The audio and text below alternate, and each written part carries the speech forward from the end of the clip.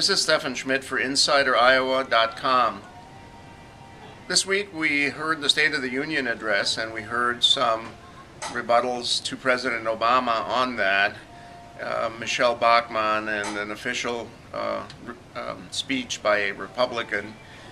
This is the Insider Iowa Post State of the Union commentary. I'm not going to speak directly about the content of the President's speech to Congress, except to say that State of the Union addresses now are no longer really policy events the way the State of the Union was once. A long time ago, the President did not go to Congress. He sent his State of the Union message and it was read, and it was right to the point. There were no guests, and there wasn't a lot of applause, and there wasn't the sort of orchestrated political theater that surrounds it now. So you have to understand that the State of the Union now is both theater and the delivery of the President's sort of view of the country. Instead, what I'm going to do is make a couple of comments about where we are in the United States in 2011. We are in a different world. We are in a world where we have competition. We are in a world where China is either catching up or in some statistics may have already caught up with us. We are in a world where our country is getting older, and a lot of the wonderful investments that we made many years ago and sometimes centuries ago are getting worn out, in some cases falling apart. And we are in a situation now where American workers and even smart, well-trained workers are no longer playing in a protected environment, but we're playing against all the other workers and all the other smart people in the world. And so we do have to figure out how we're going to keep up with and stay ahead of the competition, and at the same time redefine and essentially readjust a lot of the things that we're doing. The reason is this: we have gotten ourselves into a situation where our outlays and our expenditures, of course, are much greater now than what is coming in terms of revenue.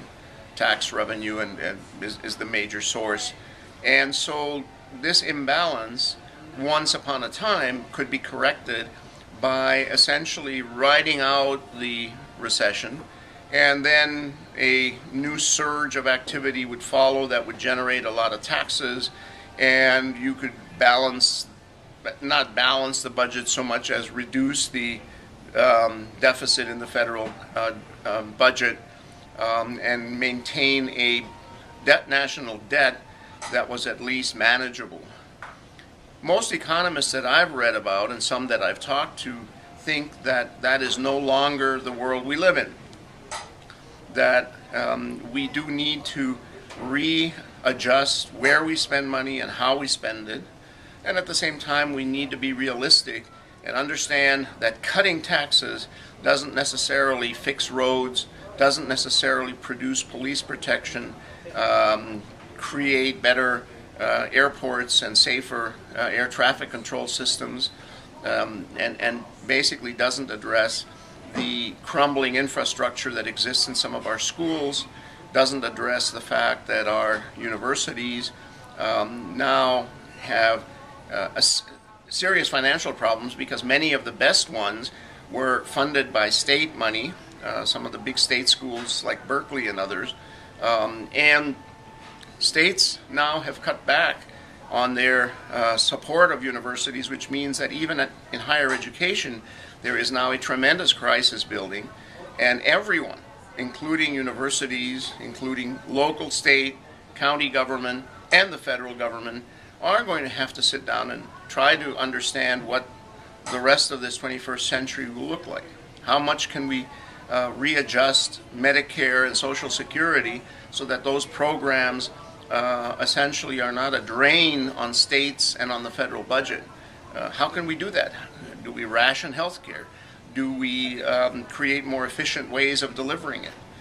And in Social Security, of course, we need to maintain the integrity of the Social Security system, which for the first time in its history this week actually went into deficit.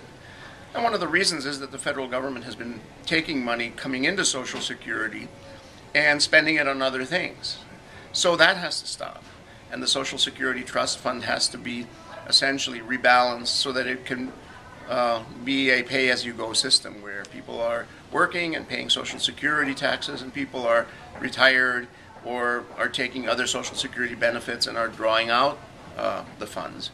But we can't rock and roll with it the way we have in the past. So the state of the United States, I think, is that today, in 2011, in January 2011, the United States is a terrific country. It is a powerful country. It is a prosperous country. If you look at the statistics of all the countries in the world, and there's a terrific graph where all the countries in the world are little bubbles and you can see how they've progressed. The United States is still at the very top with two other small European countries. But the problem is that going forward, that leadership is likely to slide. And whether anyone like the Democrats or Republicans alone can produce the solutions is, I think, a very rebuttable proposition. I don't think they can. I don't think we can afford to have two big choices and we either slash taxes and let the private sector go without regulation, or increase the level of government spending and involvement, which will be very expensive and probably choke off business. Somewhere in between there are many solutions, and I think the Democrats and Republicans have to come together to find those. So the state of the nation is, we're a divided country politically, we're yelling at each other, but we're still a great country, and we have the possibility now of taking a hand in helping to solve those difficult problems. This is Stefan Schmidt for InsiderIowa.com.